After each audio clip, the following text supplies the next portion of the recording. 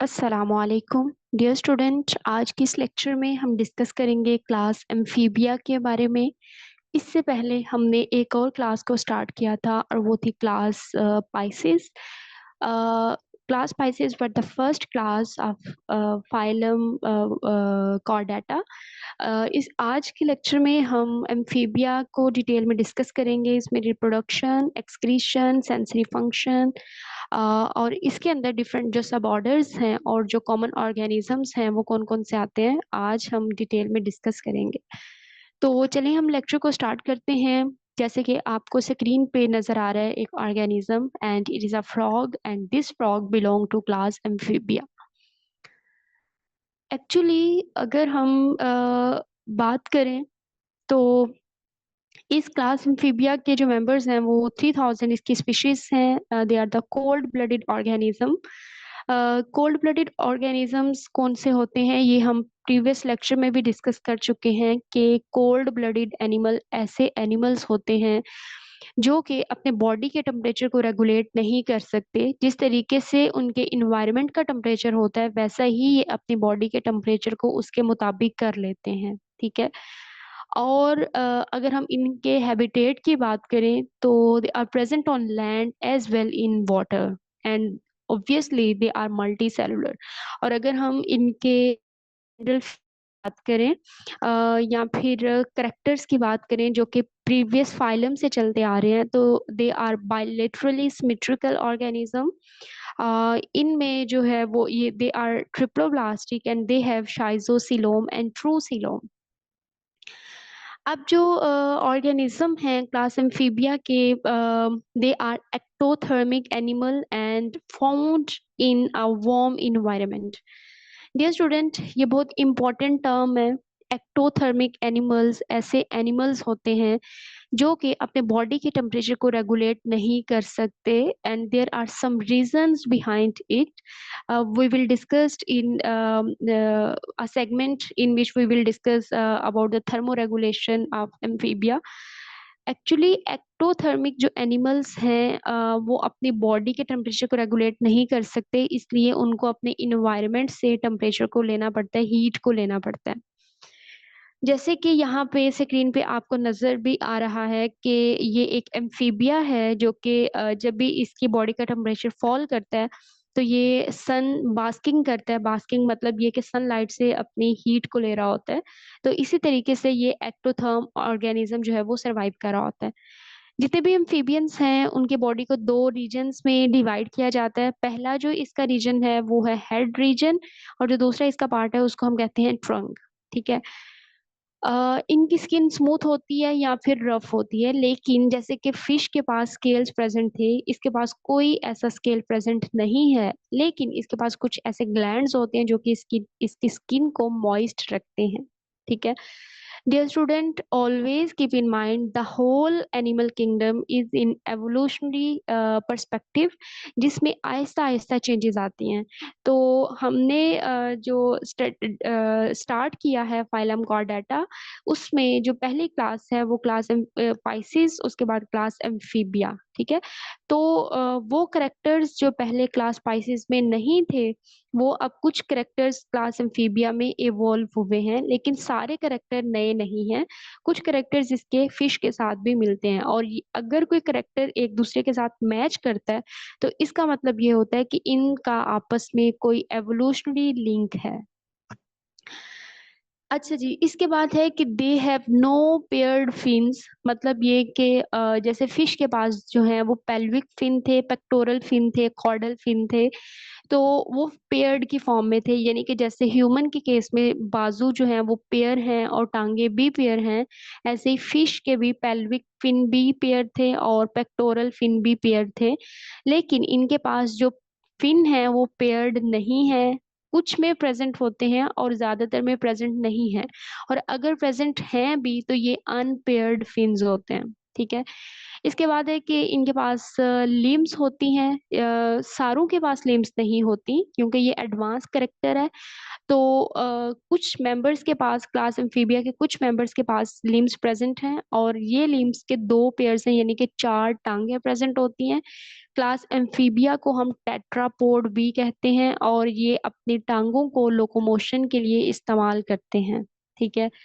अब अगर हम इनकी रेस्पिरेशन की, ये हम जनरल कैरेक्टर डिस्कस कर रहे हैं, हम इसको डिटेल में भी डिस्कस करेंगे। इनकी रेस्पिरेशन जो है वो लंग्स के जरिए भी होती है, तो इस अगर लंग्स के जरिए रेस्पायर करेंगे तो इसको हम पल्मोनरी रेस्पिरेशन कहेंगे, और अगर ये स्किन के जरिए रेस्पायर करेंगे तो इस टर्म को हम कहेंगे cutaneous respiration. And both these terms are very common and could be asked in any exam. Gills जो हैं वो प्रेजेंट हो सकते हैं, क्योंकि गील्स फिश में भी प्रेजेंट थे, तो इसकी जो लार्वा स्टेज है उसमें गील्स प्रेजेंट हो सकते हैं और कुछ अडल्ट में भी प्रेजेंट हो सकते हैं।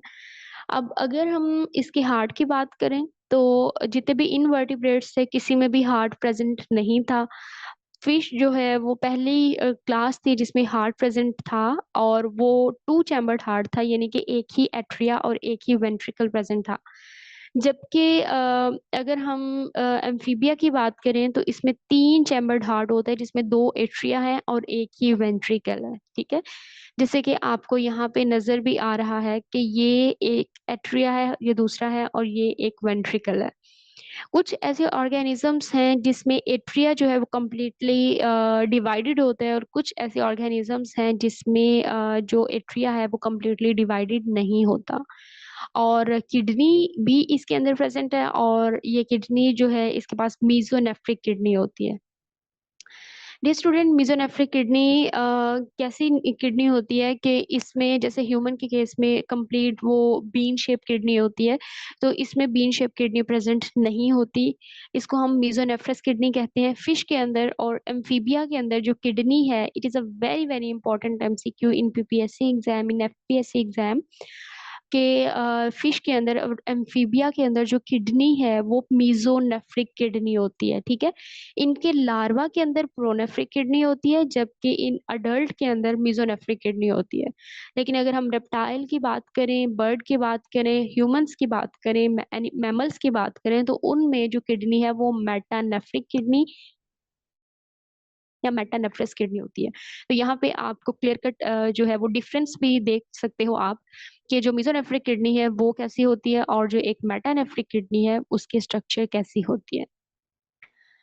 उसके बाद है कि इनके पास क्रेनियल नर्व्स प्रेजेंट होती हैं, और क्रेनियल नर्व्स ऐसी नर्व्स हैं जो कि ब्रेन के अंदर प्रेजेंट होती हैं, और 10 पेयर्स होते हैं। जैसे कि फिश के पास भी 10 पेयर्स क्रेनियल नर्व्स के थे, एम्फीबिया के पास भी क्रेनियल नर्व्स 10 पेयर्स होते हैं।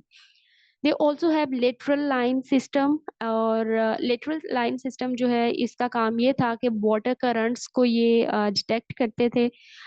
फिश जो कि पानी में थी और वाटर की करंट को और वाटर के अंदर जो ऑर्गेनिजम्स हैं उसकी मूवमेंट की डिटेक्शन वो इसी लेटरल लाइन सिस्टम्स के जरिए कर रही होती थी।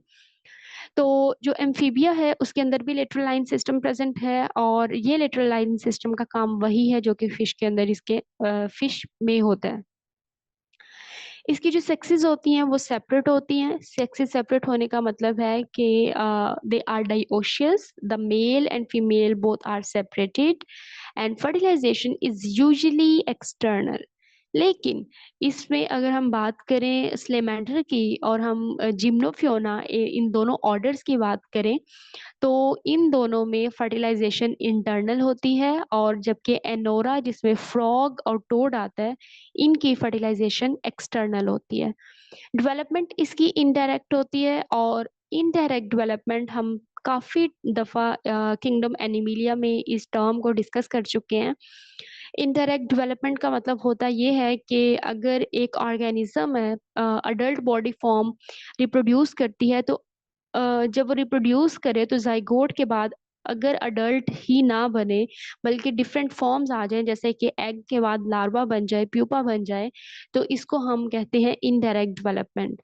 और विद मेटामॉर्फोसिस, मेटामॉर्फोसिस का मतलब होता है कि अगर जो जाइगोट है उसकी शक्ल सूरत जो है वो चेंज हो रही है और उसके बाद वो अडल्ट में चेंज होता है, तो इसको हम कहते हैं मेटामॉर्फोसिस। जैसे कि यहाँ पे आपको स्क्रीन पे फ्रॉग की मेटामॉर्फोसिस दिखाई गई है। अडल्ट फ्रॉग है जो कि एग ले करता है। एग ले जाहिर है गैमीट्स बनेंगे, एग और sperm, they will fertilized and produce a zygote and this zygote will be converted into embryo। embryo जो है कुछ टाइम के बाद वो टेडपोल में चेंज हो जाएगा। Tadpole with 2 legs and then into 4 legs, और उसके बाद जो है इसकी टेल रिड्यूस हो जाएगी और इसमें लिम्स जो है वो इनलार्ज हो जाएंगे। तो देखो जो अडल्ट फ्रॉग है वो जब रिप्रोड्यूस उसने किया तो फौरन से ही अडल्ट फ्रॉग नहीं बना, बल्कि ये डिफरेंट स्टेजेस इसको देखने में आई हैं। तो इन डिफरेंट स्टेजेस की वजह से हम इसको कहते हैं कि ये डेवलपमेंट इनडायरेक्ट है, और इस पूरे प्रोसेस को हम मेटामॉर्फोसिस कहते हैं। अब अगर हम इनके ऑर्डर की बात करें तो ऑर्डर, डियर स्टूडेंट, ये एक बेसिक जो है वो कॉन्सेप्ट है कि सबसे बड़ा किंगडम है, उसके बाद फाइलम आता है, फिर क्लास है और फिर ऑर्डर है। तो हम इसमें फाइलम जो है कॉर्डेटा, सब फाइलम वर्टिब्रेटा, और उसके बाद क्लास एम्फीबिया, ऑर्डर जिम्नोफियोना, उसके बाद दूसरा ऑर्डर है कॉर्डेटा और तीसरा ऑर्डर है एनोरा। इसके सेकंड नेम्स भी आपको पता होना चाहिए। ए पोडा का मतलब होता है विद आउट फुट। पोडा का मतलब होता है फुट। तो ये है एक जिम्नोफियोना और इसको हम सिसेलियन भी कहते हैं। इनके पास कोई फुट नहीं होता, इसीलिए हम इसको एपोडा कहते हैं। उसके बाद है कॉर्डेटा या यूरोडीला।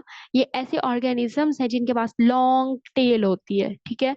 तो इसी वजह से हम इसको कॉर्डेटा कहते हैं, और इस कॉर्डेटा के अंदर स्लेमेंडर्स आते हैं और न्यूट्स आते हैं। और ये जो आपको ऑर्गेनिज्म देखने में नजर आ रहा है, ये एक स्लेमेंडर है और इसके अलावा इसमें न्यूट भी प्रेजेंट होता है, ठीक है। और इन ऑर्गेनिज्म का कलर फिक्स नहीं होता, इट कुड बी वेरी। अब जो इसकी तीसरा ऑर्डर है वो है एनोरा सिलेंशिया, भी इस ऑर्डर का नाम है, और इसमें फ्रॉग और टोड आता है, ठीक है। और फ्रॉग और टोड में एक बहुत मेजर डिफरेंस होता है। फ्रॉग जो है वो बहुत बड़े साइज का होता है, जबकि जो टोड है वो एक छोटे साइज का ऑर्गेनिज्म होता है, ठीक है। और जो टोड है वो येलो इन कलर होता है और जो फ्रॉग है वो ग्रीन इन कलर होता है।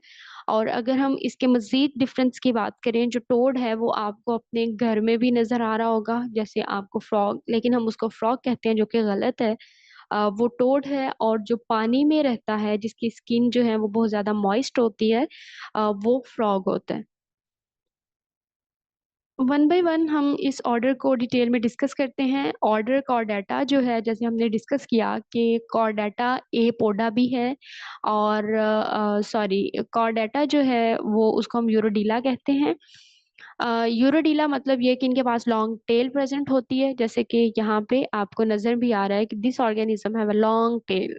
Body is elongated with 4 equally sized limbs। Body इसकी इलोंगेटेड है और इसके पास 4 लिम्स होती हैं, यानी कि 4 टांगे होती हैं, और हर टांग का साइज जो है वो इक्वल होता है, ठीक है। इसके अलावा स्किन इसकी स्मूथ होती है, और इसके स्किन के ऊपर कुछ पॉइजनस ग्लैंड्स होते हैं जो कि ये सेक्रेट करता है प्रीडेटर को प्रिवेंट करने के लिए। इसके अंदर 350 स्पीशीज होती हैं। दे do not have middle air, और इनके पास मिडल एयर क्यों नहीं होता वो हम हेयरिंग के प्रोसेस में डिस्कस करेंगे। अगर हम स्लेमेंडर की बात करें तो 350 स्पीशीज में से 115 स्पीशीज स्लेमेंडर की हैं, और बाकी जो स्पीशीज हैं वो न्यूड की स्पीशीज आती हैं इसमें। फर्टिलाइजेशन इस क्लास में इंटरनल होती है। इंटरनल मतलब ये कि जो मेल और फीमेल है उनमें कॉपुलेशन का प्रोसेस होता है। जो मेल है वो स्पर्म को फीमेल की ओविडक्ट में क्या कॉपुलेट करता है, और वहाँ पे फर्टिलाइजेशन होती है। ज्यादातर ये फीड करते हैं इंसेक्ट के ऊपर और वर्म्स पे, जैसे कि फॉर एग्जांपल स्लेमेंडर। और ये ज्यादातर कहाँ पे प्रेजेंट होते हैं? लीफ ईटर, इन सॉइल और इन वाटर। जैसे कि बहुत सारे जो पत्ते हैं गिरे होते हैं और पत्तों के नीचे ये प्रेजेंट होंगे, या फिर सॉइल और वाटर में प्रेजेंट होंगे, ठीक है। सॉर्दर्न यूएस में ये ज्यादातर विंटर में रिप्रोड्यूस करते हैं। स्पर्मेटोफोर जो है वो इंटरनल फर्टिलाइजेशन के तौर पे इस्तेमाल करते हैं। स्पर्मेटोफोर एक्चुअली स्पर्म के पैकेट्स होते हैं, जो कि रिलीज किए जाते हैं फीमेल में, और वहाँ पे इंटरनल फर्टिलाइजेशन होती है। इनके पास गिल्स होते हैं जो कि हिडन होते हैं, और इनके पास एक स्पेशल करेक्टर होता है, and this is a very important, is a paedomorphosis. ये स्टूडेंट, पीडोमॉर्फोसिस एक ऐसा करेक्टर है जिसमें एक ऑर्गेनिज्म इंटरनली मिच्योर हो चुका हो, लेकिन एक्सटर्नली वो एक लार्वा की तरफ बिहेव कर रहा हो। ठीक है, तो अगर एक लार्वा सेक्सुअली मिच्योर हो जाए, यानी कि इंटरनल ऐसे तमाम करेक्टर उसके इंटरनल वो हैं जो कि एक मिच्योर ऑर्गेनिज्म के हैं, लेकिन वो एक्सटर्नली देखने में लार्वा लगे, तो इसको हम कहते हैं पीडोमॉर्फोसिस। इसके बाद जो दूसरा ऑर्डर है, इट इज अ जिम्नोफियोना। जिम्नोफियोना जो है एपोडा भी इसको कहते हैं, मतलब कि विदाउट फुट, विदाउट लेग्स ये प्रेजेंट होते हैं, लिम्बलेस हैं। There is no scale on their body. Dear student, यहाँ पे आपको इसकी बॉडी सेगमेंटेड नजर आ रही है, जो कि इसकी बॉडी सेगमेंटेड नहीं होती, बल्कि इसकी जो बॉडी है, उसकी जो स्किन होती है वो वही ऊपर के ऊपर की तरफ आ रही होती है, जो कि सेगमेंटेशन की तरफ की तरह नजर आ रही होती है, लेकिन ये सेगमेंटेड नहीं है, ये सिर्फ स्किन्स होती हैं। ठीक है, टेंटेकल्स होते हैं इनके हेड के ऊपर, और हेड जो है इसके पास कीमोसेंसरी ऑर्गन्स होते हैं जो कि प्रे को डिटेक्ट कर सकते हैं, और इसकी 160 स्पीशीज होती हैं। इनमें बी फर्टिलाइजेशन इंटरनल होती है, और इनके पास वेनम ग्लैंड्स होते हैं जो कि पॉइजन को सेक्रीट करते हैं, और ये म्यूकस को रिलीज करते हैं ताकि वाटर इनका मिनिमम लॉस हो। उसके बाद तीसरा ऑर्डर है ऑर्डर एनोरा सैलेंशिया, और इसमें 3400 स्पीशीज आती हैं। इनके पास 4 लिम्स होते हैं यानी कि 4 टांगे होती हैं, और जो चारों टांगे हैं वो साइज में इक्वल नहीं होती। जो हाइंड लेग है वो बड़ी होती है, और जो फोर लेग है, यानी कि ये वाले जो इसके बाजू हैं ये छोटे होते हैं आगे वाले, और जो बड़े पीछे वाले हैं जो हाइंड लेग्स हैं ये बहुत बड़ी होती हैं। ठीक है, इनकी बॉडी को 2 हिस्सों में डिवाइड किया जाता है, पहला है हेड और दूसरा क्या है, ट्रंक। इनके पास 4 5 से 9 प्री सेक्रल वर्टिब्री होती हैं। डियर स्टूडेंट, सेक्रल वर्टिब्री से पहले जो वर्टिब्री आती है उसको हम प्री सेक्रल वर्टिब्री कहते हैं, और इसका नंबर है 5 to 9, और इसमें फ्रॉग और टोड आता है। ठीक है, जैसे कि यहाँ पे दिखाया हुआ है कि ये जो है प्री सेक्रल रीजन है, उसके बाद ये सेक्रल रीजन है, और ये पोस्ट सेक्रल रीजन है। तो ये जो प्री सेक्रल रीजन है इसमें 5 to 9 इन नंबर होते हैं। ठीक है, इसके बाद है, अगर हम इनके एक्सटर्नल स्ट्रक्चर की बात करें ओवरऑल सारे एम्फीबियंस की, तो जो एम्फीबियंस की स्किन है वो डिफेंस का भी काम करती है, गैसेस एक्सचेंज का भी काम करती है, थर्मोरेगुलेशन का भी काम करती है, एब्जॉर्प्शन और स्टोरेज ऑफ वाटर का भी काम करती है। ठीक है, स्किन इनकी हाईली ग्लैंडुलर होती है। कुछ इसके बॉडी के अंदर ग्लैंड्स होते हैं जो कि स्किन स्किन को मॉइस्ट रखते हैं और इसकी स्किन को ड्राइंग से बचाते हैं। डियर स्टूडेंट, अब ये जो ग्लैंड है ये इसके अंदर क्यों होते हैं, इसका काम क्या होता है? देखो, अगर पहले फिश थी, फिश जो है वो पानी से आई, और उसके बाद जो है फिश से एम्फीबियन की एवोल्यूशन हुई। जब भी एक ऑर्गेनिज्म की एवोल्यूशन होती है तो एकदम से चेंज नहीं आता। फिश जो है वो टोटली पानी के अंदर थी, अब ऐसा बिल्कुल पॉसिबल नहीं है कि एम्फीबियन जो है वो टोटली ज़मीन के ऊपर सरवाइव कर सके। बहुत सारे एम्फीबियंस ऐसे हैं जो कि पानी में ही रहते हैं, और कुछ ऐसे एम्फीबियंस हैं जिन्होंने अपनी लाइफ को लैंड के ऊपर सक्सेसफुल बनाया, लेकिन उसके बावजूद उनको रिप्रोडक्शन के लिए हमेशा पानी की ज़रूरत होती है। तो ये सक्सेसफुल लैंड ऑर्गेनिज्म नहीं है, लेकिन इन्होंने कोशिश की जमीन पे आने की, और इन्होंने कुछ करेक्टर्स को डेवलप किया। जैसे कि स्किन इनकी ग्लैंडुलर है, कि अगर जमीन पे ये आते भी हैं तो इनकी स्किन जो है वो मॉइस्ट रहे, और उसको डिहाइड्रेशन से ये बचाता है। ठीक है, ताकि पानी जो है वो कम से कम लॉस हो। इसके अलावा इनके ग्लैंड जो है वो स्टिकी सेक्रीशंस प्रोड्यूस करते हैं, और ये स्टिकी सेक्रीशन हेल्प करते हैं कि जब इन्होंने सेक्सुअल इंटरकोर्स करना होता है, यानी कि जब फर्टिलाइजेशन होती है, मेटिंग होती है, तो उस दौरान ये क्लिंगिंग में हेल्प करता है। मेल जो है वो फीमेल के ऊपर क्लिंग करता है, तो ये स्टिकी सेक्रीशन उसमें हेल्प कर रही होती है। इसके अलावा इसकी बॉडी के जो ग्लैंड्स हैं वो टॉक्सिक केमिकल्स को रिलीज करता है, और टॉक्सिक केमिकल्स का काम होता है कि प्रीडेटर अगर इसके पास आता भी है तो ये केमिकल्स की वजह से वो डिस्करेज हो जाता है, के एक ऐसी कलोरेशन अपनी बॉडी में लेके आ जाता है जो कि एक पॉइजनस ऑर्गेनिज्म की होती है। तो इससे प्रीडेटर को पता चलता है कि ये वो ऑर्गेनिज्म नहीं है बल्कि ये एक पॉइजनस है, अगर वो इसको खाएगा तो इसको भी नुकसान हो सकता है। ठीक है। जो बोन स्ट्रक्चर है वो इस तरीके से डेवलप होती है कि वो टेरेस्ट्रियल इन्वायरमेंट में लोकोमोट कर सके। इसके अलावा इसके पास जॉइंट्स होते हैं और ये जॉइंट शोल्डर के, हिप के, एल्बो, नी, रिस्ट, एंकल के जॉइंट्स होते हैं और इन जॉइंट्स की वजह से ये मूवमेंट बेटर कर सकता है और ये जो है वो फ्रीली लोकोमोट लोकोमोट कर सकता है।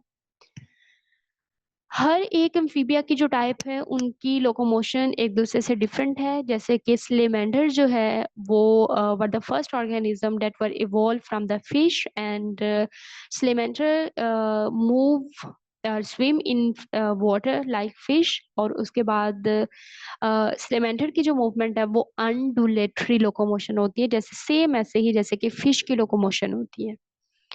उसके बाद सिसेलियन है और सिसेलियन जो है अकॉर्डियन मूवमेंट होती है। सिसेलियन जिम्नोफियोना से बिलोंग करते हैं और डियर स्टूडेंट जैसे कि क्योंकि ये अर्थवर्म के जैसा है नजर आता है, अर्थवर्म में भी बॉडी के अंदर मसल्स होते हैं, सर्कुलर और लॉन्गिट्यूडनल मसल्स। और ये जो सर्कुलर और लॉन्गिट्यूडनल मसल्स होते हैं वो इसकी मूवमेंट में हेल्प करते हैं और ये दोनों मसल्स एक ही वक्त में रिलैक्स और कॉन्ट्रैक्ट नहीं करते। और एक साइड के मसल्स एक दफा कॉन्ट्रैक्ट करते हैं और उसके बाद दूसरी साइड के मसल जो है वो रिलैक्स करते हैं, फिर कॉन्ट्रैक्ट होती है और फिर रिलैक्सेशन होती है। और इसके रिजल्ट में जो मूवमेंट होती है उसको हम एकॉर्डियन मूवमेंट कहते हैं। तो ये मूवमेंट अर्थवर्म में भी देखी गई और सिसेलियन में भी देखी गई। ठीक है। उसके बाद अगर हम फ्रॉग्स की बात करें तो फ्रॉग्स के अंदर जो लोकोमोशन है क्योंकि इनके पास हाइंड लेग्स होती हैं और हाइंड लेग्स या हाइंड लिम्स जो है वो बहुत ज़्यादा स्ट्रांग होती हैं जो कि जंपिंग में इसको हेल्प कर रही होती हैं। इसके बाद इनका स्केलेटन बहुत ज़्यादा मॉडिफाइड होता है जो कि इसको सपोर्ट प्रोवाइड करता है against gravity and it must be strong enough to support the relative power that provide the terrestrial vertebrae across the land।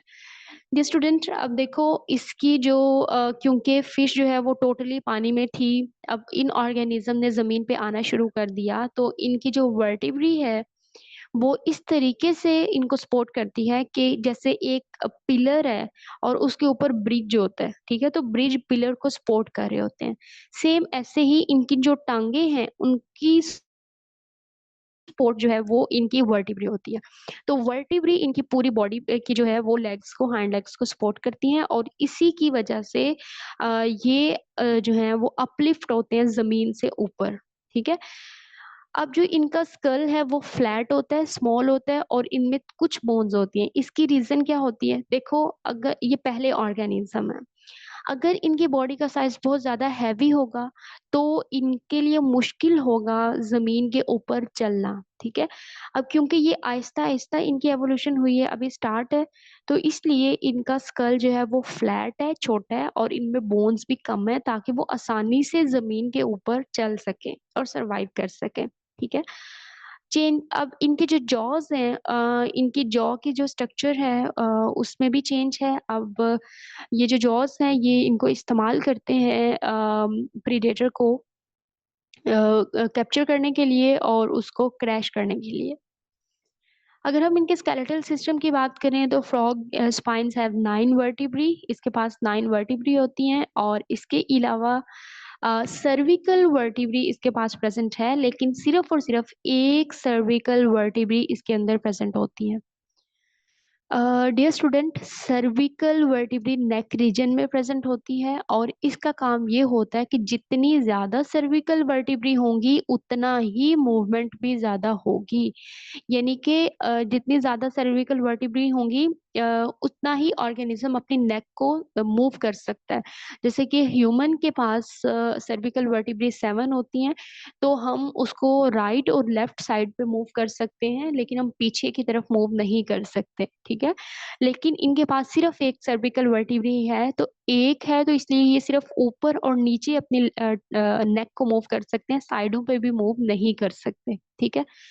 अब जो इसकी एक सर्विकल वर्टिब्री है और इसके बाद जो एंड पे इसकी वर्टिब्री है उसको हम सैक्रल वर्टिब्री कहते हैं। ठीक है। तो इसके पास लास्ट वर्टिब्री को सैक्रल वर्टिब्री कहेंगे और जो फर्स्ट है उसको हम सर्विकल वर्टिब्री कहेंगे। इसके बाद है कि क्योंकि इसके पास टेल एब्सेंट होती है, तो जो इसकी पूरी टेल है, टेल की वर्टिब्री वो फ्यूज्ड होके एक वर्टिब्री बनाती है जिसको हम यूरोस्टाइल कहते हैं। तो ये सारी की सारी इसकी यूरोस्टाइल होती है। ठीक है, ये सारी इसकी यूरोस्टाइल है। बोन्स जो है, अब इसके पास पेक्टोरल गर्डल भी होते हैं। पेक्टोरल गर्डल वो पॉइंट है जहां से इसकी फोर लिम्स निकलती हैं। ठीक है, तो ये इसका गर्डल है और यहाँ से इसकी फोर लिम्स निकलती हैं। और उसने कहा है कि ये जो इसका पेक्टोरल गर्डल है, यहाँ से शोल्डर बनते हैं जो कि फ्रंट लेग को कनेक्ट करता है। और इसका काम क्या होता है, ये इंटरनल ऑर्गन्स को भी प्रोटेक्शन प्रोवाइड करता है। ठीक है, और फ्रॉग के पास कोई रिब्स प्रेजेंट नहीं होती। और इसी तरीके से इसके पास पेल्विक गर्डल होता है, और पेल्विक गर्डल वो पॉइंट है जहाँ से हाइंड लेग्स जो है वो इमर्ज होती हैं। पेक्टोरल गर्डल से इसकी बाजू निकलते हैं, और जो पेल्विक गर्डल है वहां से इसकी टांगे निकलती हैं। जी स्टूडेंट, वर्टिब्रल कॉलम जो है वो स्पोर्ट के लिए मॉडिफाइड होता है। ठीक है, और सेम जैसे हमने पहले डिस्कस किया कि इसका जो वर्टिब्रल कॉलम है वो सस्पेंशन ब्रिज के तौर पे एक्ट करता है।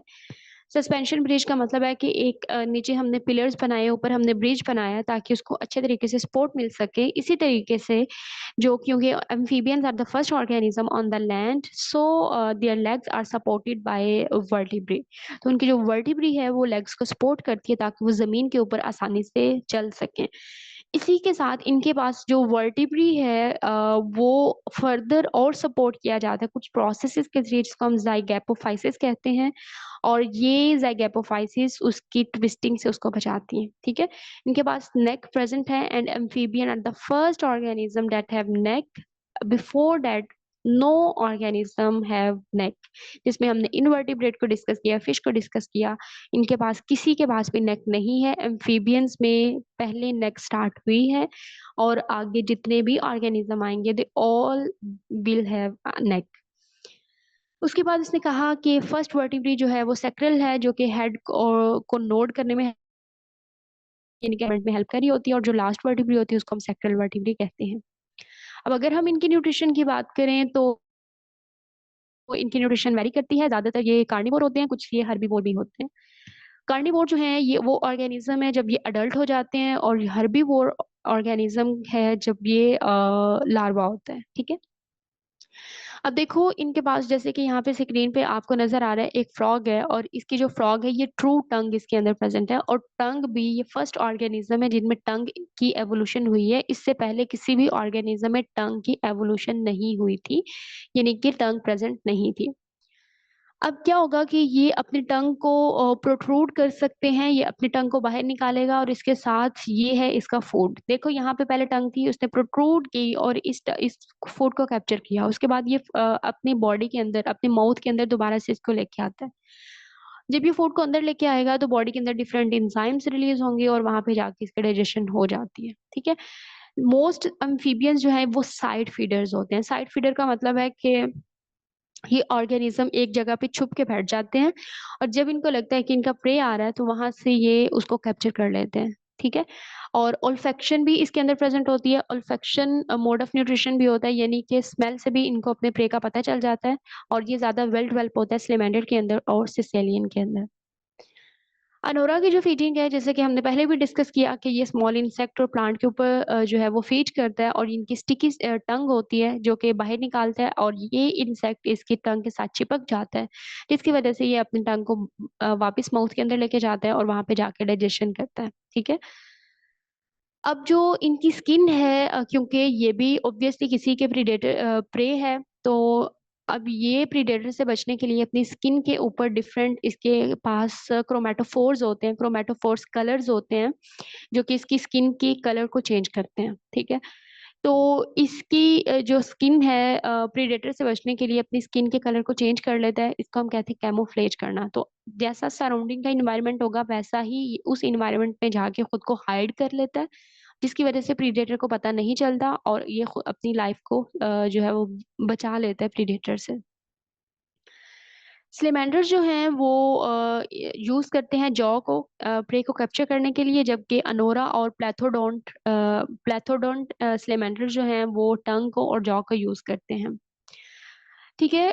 ट्रू टंग जो है वो पहली दफा एम्फीबियन में देखी गई, और अनोरन ट्रंक जो है वो interior region of jaw jaw के इंटीरियर रीजन पे अटैच्ड होती है, और इसके बाद वो फोल्ड बैक कर सकते हैं अपने माउथ में। इसके अलावा इसमें म्यूकस और बक्कल ग्लैंड्स होते हैं टंग की टिप के ऊपर, जो कि स्टिकी सेक्रीशंस करते हैं। ठीक है। When prey comes within the range, an Anora flick out its tongue and use it as a sort of sticky lasso of capture its prey। जैसे ये सारा प्रोसेस वही है जो कि हमने प्रीवियसली डिस्कस किया। ठीक है। इसके बाद है कि अगर हम इसकी बात करें इसकी ब्लड की सर्कुलेशन की, तो डियर स्टूडेंट, हमने फिश में डिस्कस किया कि fish have a single circuit heart. इसका मतलब है कि उनके पास एक ही आर्टरिया और एक ही वेंट्रिकल प्रेजेंट था। लेकिन जो एम्फीबियन है, क्योंकि एवोल्यूशन थोड़ी सी हुई और इसमें थ्री सर्किट या थ्री चैम्बर हार्ट आ गया, और थ्री चैम्बर्ड हार्ट है तो इसमें दो एट्रियम है और एक वेंट्रिकल है। जैसे कि यहाँ पे है, ये एट्रियम है दोनों और ये है एक वेंट्रिकल। अब इसमें क्या होगा कि सर्कुलेशन डबल है, लेकिन ये इनकम्प्लीट डबल सर्कुलेशन है। इसको हम डिस्कस करते हैं कि कैसे होगा। हर एम्फीबियन के अंदर जो एट्रियम है वो कम्प्लीटली सेपरेटेड नहीं होते। ठीक है। जो एक एम्फीबियन है जैसे कि यूरोडेल्स जो है, उसमें जो एट्रियम है वो इनकम्प्लीट सेपरेटेड है, जबकि अनोरा के अंदर जिसमें फ्रॉग और टोड्स आते हैं, उनमें जो एट्रियम है वो कम्प्लीटली सेपरेटेड होता है। उसके बाद वेंट्रिकल है। डियर स्टूडेंट, दो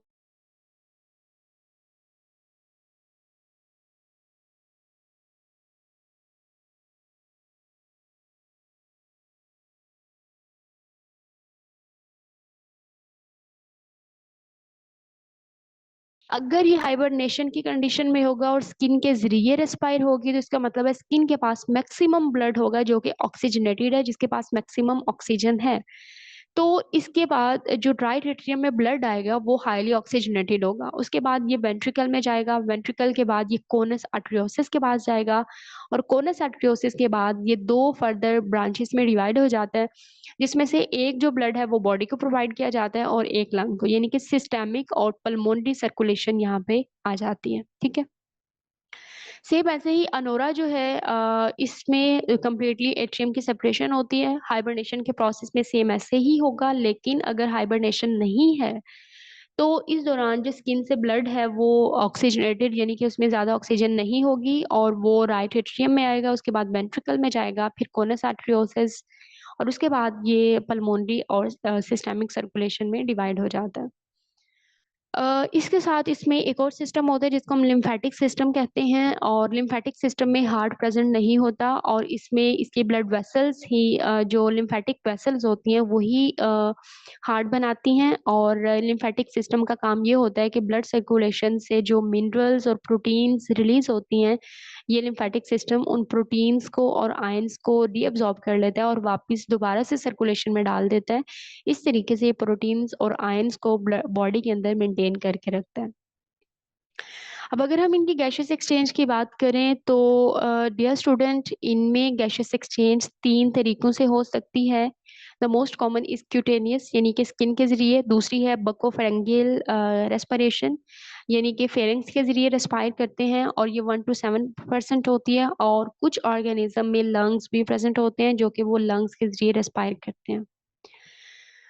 डियर स्टूडेंट, जो क्यूटेनियस और बक्कल फेरेंजियल रेस्पिरेशन है, इसका कुछ डिसएडवांटेज भी है, क्योंकि जब इन्होंने हाइबरनेट करना होता है तब तो ठीक है, तब तो मेटाबॉलिक प्रोसेसेस मेटाबॉलिज्म स्लो होता है, तो क्यूटेनियस और बकोफेरेंजियल रेस्पिरेशन इनफ होती है गैसेस एक्सचेंज के लिए। लेकिन जब एक ऑर्गेनिज्म अपनी नॉर्मल लाइफ में आता है, यानी कि हाइबरनेशन के अलावा जब ये अपनी लाइफ को स्पेंड करता है, तो उस दौरान इसका मेटाबॉलिज्म बहुत ज्यादा हाई होता है।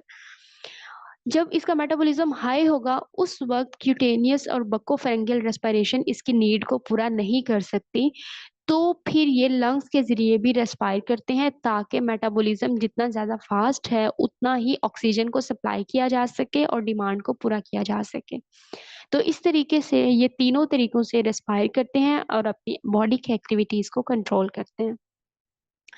जैसे कि यहाँ पे हमने दिखाया कि अगर हाइबरनेशन है तो उसमें तो पल्मोनरी सर्कुलेशन सॉरी क्यूटेनियस और बकोफेरेंजियल रेस्पिरेशन इज इनफ, यानी कि 5 डिग्री सेंटीग्रेड जो कि हाइबरनेशन के करीब करीब का टेम्परेचर होता है। जब ये टेम्परेचर होगा तो 70% गैशियस एक्सचेंज है वो स्किन के जरिए होगी। लेकिन जब 25 डिग्री सेंटीग्रेड टेम्परेचर होगा, यानी कि बहुत ज्यादा टेम्परेचर हो गया है, इसका मतलब है मेटाबॉलिक प्रोसेसेस भी बहुत ज्यादा हो गए हैं। तो इस दौरान जो स्किन है और बकोफ्रेंगियल रेस्पिरेशन है वो इनफ नहीं है, और बॉडी को जो है वो ज़रूरत होती है कि वो अपनी मेटाबॉलिज्म को इन्हांस करने के साथ साथ ऑक्सीजन की डिमांड को भी ज़्यादा करे। तो इस दौरान जो रेस्पिरेशन है वो लंग्स के ज़रिए भी होना शुरू हो जाती है, और ये 30% तक रेस्पिरेशन लंग्स के ज़रिए होती है। डियर स्टूडेंट, जो इसके नेक्स्ट जो पार्ट है जिसमें इसके बारे में हम इसकी थर्मोरेगुलेशन को डिस्कस करेंगे, इसके अलावा हम इसकी सेंसरी फंक्शंस, इसका ब्रेन, ईयर, विजन और रिप्रोडक्शन को डिस्कस करेंगे। आज के लिए इतना ही। अपना ख्याल रखिएगा। Stay connected. अल्लाह हाफिज। अस्सलाम वालेकुम डियर स्टूडेंट। आज हम डिस्कस करेंगे क्लास एम्फीबिया का रिमेनिंग पार्ट। इससे पहले हमने क्लास एम्फीबिया के बारे में जनरल कैरेक्टर्स को डिस्कस किया था, उसके डिफरेंट ऑर्डर्स को डिस्कस किया था, न्यूट्रिशन कैसे होती है, गैसेस एक्सचेंज और सर्कुलेशन। आज के लेक्चर में हम इसमें थर्मोरेगुलेशन को डिस्कस करेंगे। एक्चुअली थर्मोरेगुलेशन या टेम्परेचर रेगुलेशन का मतलब है कि जो एम्फीबियंस हैं वो अपनी बॉडी के अंदर टेम्परेचर को किस तरीके से मेंटेन करते हैं।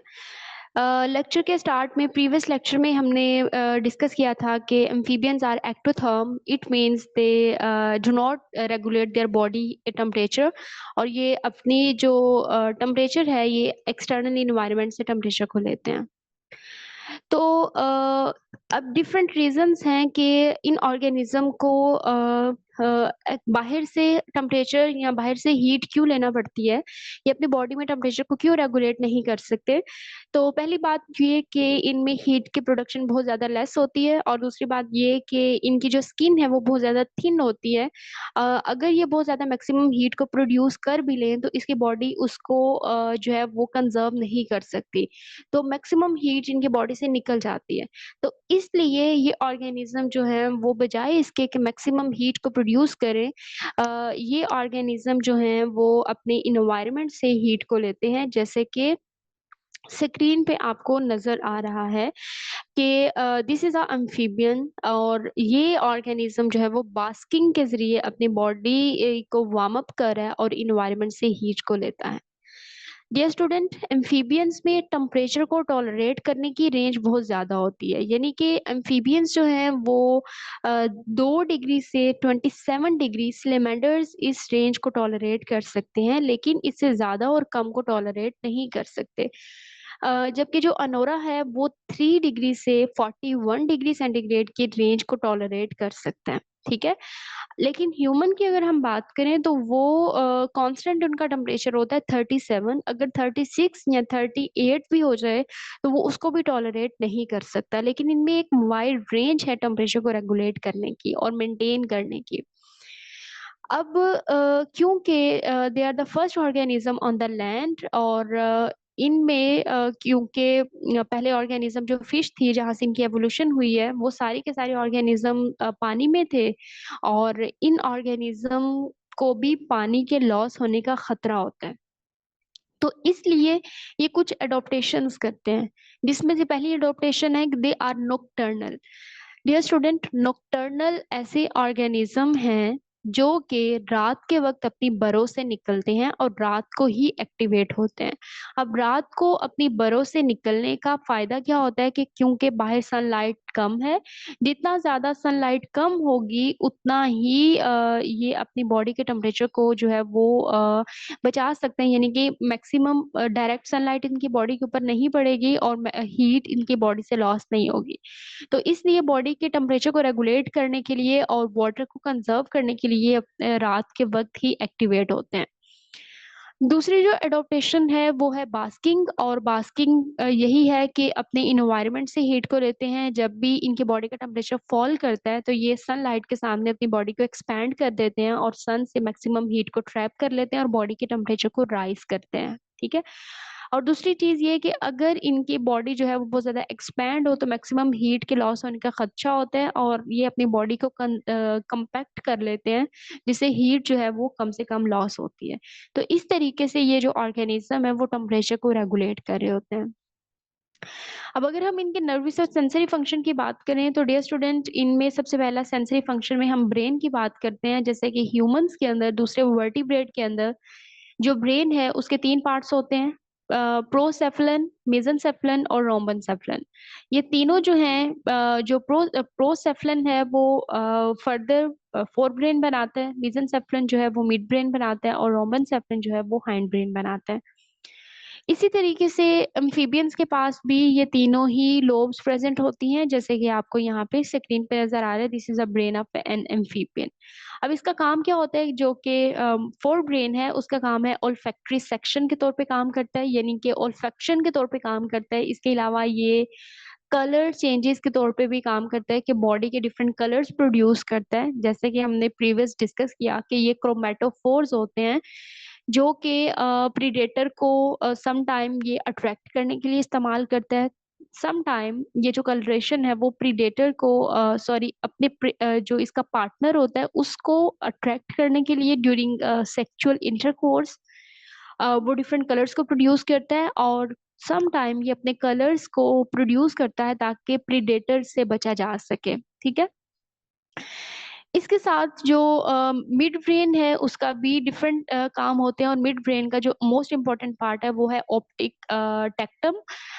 ये जो ऑप्टिक टेक्टम है, इसका इम्पोर्टेंट काम ये है कि ये विजुअल फंक्शन परफॉर्म करता है, इसके साथ ये सेंसरी फंक्शन भी करता है और मोटर फंक्शंस भी करता है।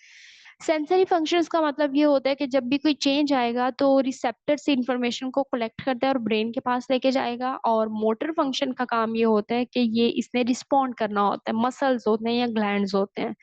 और जो हाइंड ब्रेन है इसका काम भी मोटर कोऑर्डिनेशन होता है, इसके साथ साथ ये हार्ट रेट को भी कंट्रोल करता है और रेस्पिरेटरी रेट को भी कंट्रोल करता है।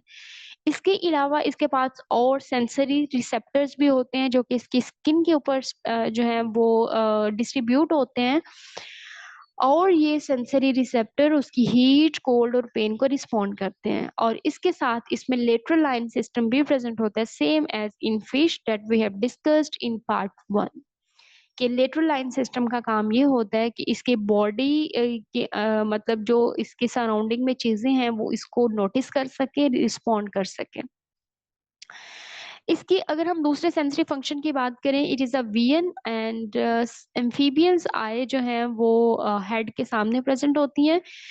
कुछ एम्फीबियंस में आय बहुत ज्यादा डेवलप होती है, लेकिन अगर हम बात करें इसकी सिसेलियन की तो उसमें जो आय हैं वो कवर होती हैं स्किन के साथ। ठीक है। एक्सेप्ट सिसेलियन, इसमें जो फोकस है वो बहुत ज्यादा वेल डेवलप होता है। इसमें बाइनोकुलर विजन होती है। बाइनोकुलर विजन का मतलब ये है कि देखो, दो आंखें हैं, अगर दोनों आंखों का एक ही पॉइंट पे फोकस हो तो इस विजन को हम बाइनोकुलर विजन कहते हैं। मोनोनोकुलर जो होती है वो ये होती है कि एक आई फोकस किसी एक चीज पे कर रही है, जबकि दूसरी जो आई है वो किसी और चीज पे फोकस कर रही है। ठीक है। जो एम्फीबियंस और स्लेमेटर्स हैं, इनके पास जो है वो बाइनोकुलर विजन होती है, और कुछ के पास मोनोनोकुलर विजन भी होती है। अब इसकी आई की स्ट्रक्चर कैसी होती है, सेम ऐसे ही जैसे कि हर वर्टिब्रेट के पास होती है। सबसे बाहर वाली जो यहाँ पे लेयर आपको नजर आ रही है, सबसे बाहर वाली लेयर को हम कहते हैं सक्लेरा, जो कि आगे जाके इसका जो पार्ट होता है उसको हम कहते हैं कॉर्निया। ठीक है। तो आगे वाला पोर्शन कॉर्निया कहलाता है, जबकि पीछे वाला जो इसका पोर्शन है सारे का सारा उसको हम सक्लेरा कहते हैं। अब जो मिडल वाली लेयर है जो कि ब्लैक कलर की है उसको हम कहते हैं कोराइड। ठीक है। अब आगे जाके ये जो कोराइड है वो आइरिस बनाती है, और आइरिस के साथ ये वाला जो एरिया है, खाली जो जगह है, उसको हम कहते हैं ये प्यूपल है। और प्यूपल जो है यहाँ पे ये लेंस पड़ा है, लेंस के साथ सस्पेंसरी लिगामेंट और सीलिटरी मसल्स अटैच होते हैं। तीसरी जो इसकी लेयर है वो है रेटिना। रेटिना बहुत इंपॉर्टेंट है, और इसमें रॉड्स और कोन्स होते हैं, और इसके साथ साथ ऑप्टिक नर्व्स होती हैं जो कि मैसेज को ब्रेन के पास लेके आती हैं। इसमें एक और इम्पॉर्टेंट चीज़ ये है कि जो इसकी फ्रंट वाला पार्ट है जो कि कॉर्निया है, यहाँ पे 2 लोब्स होती हैं। पहला जो है वो आईलिड है और दूसरा है निक्टेटिंग मेम्ब्रेन। आईलिड जो है ये क्या काम करता है, ये इसके ऊपर जाके सस्पेंड होता है और आई को प्रोटेक्ट करता है, और इसी तरीके से जो निक्टेटिक मेम्ब्रेन है जब ये लेंस को मूव करता है और ये निक्टेटिक मेम्ब्रेन इसके ऊपर जाके इसको प्रोटेक्ट करती है। तो इन दोनों का काम प्रोटेक्शन ही प्रोवाइड करना होता है, ठीक है। अब जो एम्फीबियन है ये डिस्टेंट ऑब्जेक्ट को भी देख सकता है और जो नियर के ऑब्जेक्ट है उनको भी देख सकता है। जब इसने डिस्टेंट ऑब्जेक्ट को देखना हो तो ये अपने लेंस को पीछे की तरफ मूव करता है, ठीक है। जबकि ह्यूमंस में ऐसा नहीं होता कि वो अपने लेंस को आगे और पीछे मूव नहीं कर सकते, तो ये अपने पीछे की तरफ लेंस को मूव करेगा तो ये अपने डिस्टेंट ऑब्जेक्ट को देख सकता है, और अगर ये लेंस आगे की तरफ मूव करेगा तो उसकी वजह से वो जो करीब की चीजें हैं उनको देख सकता है। तो इस तरीके से जो एम्फीबियंस हैं वो उनमें विजन होती है और इसमें काफी हद तक बहुत डेवलप विजन होती है। अगर हम इनके एयर की बात करें तो एयर भी इनमें सेम ऐसे ही होता है जैसे कि हर वर्टिब्रेट के अंदर, लेकिन कुछ ऐसे ऑर्गेनिज्म हैं इसमें जिसमें एयर डेवलप होता है एज कम्पेयर टू अदर। अब इसमें जो आउटर पार्ट है, आउटर एयर है, एयर के क्यूब के 3 हिस्से होते हैं, आउटर एयर, इनर एयर और मिडल एयर, ठीक है। जो आउटर एयर है उसका सिर्फ एक ही पार्ट है जिसको हम टिम्पैनम कहते हैं। ये जो टिम्पैनम है ये हाई और लो फ्रीक्वेंसी की साउंड को सुन सकता है, और इसके साथ जो इनर ईयर पार्ट है जिसमें एक ही ओसिकल प्रेजेंट होती है, इसको हम स्टेप्स कहते हैं, और एम्फीबियन में इस स्टेप का एक दूसरा नाम है क्लोमेला, ठीक है। क्लोमेला भी स्टेप्स का ही नाम है। अब ये जो क्लोमेला है इसके बाद एक और ओसिकल स्टार्ट होती है, और इसको ये वाली ओसिकल है अपर्क्यूलम, ठीक है। अपर्क्यूलम यहाँ से स्टार्ट हो जाता है और इसके साथ इनर ईयर स्टार्ट होता है जिसमें सेमी सर्कुलर केनाल्स होती हैं और कॉक्लिया प्रेजेंट होता है। डियर स्टूडेंट, जो अनोरा हैं और सिसेलियंस हैं उनमें हाई फ्रीक्वेंसी और लो फ्रीक्वेंसी दोनों की साउंड प्रोड्यूस होती है क्योंकि वो जमीन पे भी आते हैं, ठीक है। लेकिन जो स्लेमेंडर है क्योंकि वो हमेशा पानी में ही रहता है और इसलिए उसमें हाई फ्रीक्वेंसी की साउंड्स नहीं होती, सिर्फ लो फ्रीक्वेंसी की साउंड होती है। तो हाई फ्रीक्वेंसी की साउंड के लिए टिम्पैनम जरूरी है जबकि लो फ्रीक्वेंसी की साउंड के लिए जरूरी नहीं है। इसीलिए स्लेमेंडर के पास टिम्पैनिक मेम्ब्रेन और मिडल एयर नहीं होता, जबकि अनोरा के अंदर और सिसेलियन के अंदर ये चीज प्रेजेंट होती है। अब एक और इम्पॉर्टेंट फीचर ये है कि अगर इनको कोई भी साउंड सुनने का मतलब इनको ये लगे कि हमने ये साउंड नहीं सुननी या फिर कोई भी साउंड ये सुनना नहीं चाहते तो ये उसको जो है वो रिजेक्ट कर देते हैं, उसको नहीं सुनते। तो कैसे नहीं सुनेंगे कि इसके पास यहाँ से जब वाइब्रेशन आएगी तो ये सारे का सारा हिस्सा कनेक्ट होता है। तो ये मसल्स अटैच्ड होते हैं इसके साथ, जो कि ये मसल्स इसके साथ अटैच्ड होते हैं अल्टीमेटली इनर ईयर के साथ। जब ये मैसेज यहाँ से यहाँ पे जाएगा तभी ये ब्रेन के पास जाएगा और इनको साउंड जो है वो सुनाई देगी। अब जब यहाँ से मैसेज आता है क्लोमेला के पास या फिर स्टेप्स के पास, उसके बाद अपर क्यूलम के पास आता है, तो ये मसल जो है वो कॉन्ट्रैक्ट करते हैं और इनका कनेक्शन इस इनर ईयर के साथ खत्म हो जाता है। जब ये कनेक्शन खत्म होगा तो ये साउंड जो भी आई है वो इस तक नहीं पहुंचेगी और इनको सुनाई नहीं देता। जब ये दोबारा से सुनने के मोड में होते हैं तो जब मतलब ये कि जब ये आवाजों को सुनना चाहते हैं तो ये दोबारा से अपने मसल्स को रिलैक्स करते हैं। ये मसल्स इनर ईयर के साथ जाके अटैच हो जाते हैं और फिर कोई भी जो साउंड आती है वो इनको सुनाई देती है। तो ये वाला जो फीचर है ये दूसरे वर्टिब्रेट्स में नहीं होता है, ह्यूमंस के अंदर ये ऐसा फीचर नहीं है, जबकि एम्फीबियंस के पास ये फीचर जो है वो बहुत ज्यादा डेवलप होता है। अब इसकी रिप्रोडक्शन की हमने बात की थी कि फर्स्ट लेक्चर में इसमें रिप्रोडक्शन इंटरनल होती है, ठीक है, और कुछ जो हैं अनोरा उसमें एक्सटर्नल होती है, और बाकी जो इसके मेंबर्स हैं उनमें इंटरनल फर्टिलाइजेशन होती है सिसेलियन और स्लेमेंडर में। स्लेमेंडर में 90% जो रिप्रोडक्शन है वो इंटरनल होती है और 10% एक्सटर्नल होती है, ठीक है। और इसमें इसके बाद हमने कहा कि इनडायरेक्ट इसकी डेवलपमेंट होती है और मेटामॉर्फोसिस होती है, लार्वा बनता है, कार्निवोरस होता है और हर्बीवोर होता है। तो इस तरीके से ये ऑर्गेनिज्म रिप्रोड्यूस करते हैं और मैक्सिमम ये रिप्रोडक्शन का जो सीजन होता है वो स्प्रिंग होता है, ठीक है।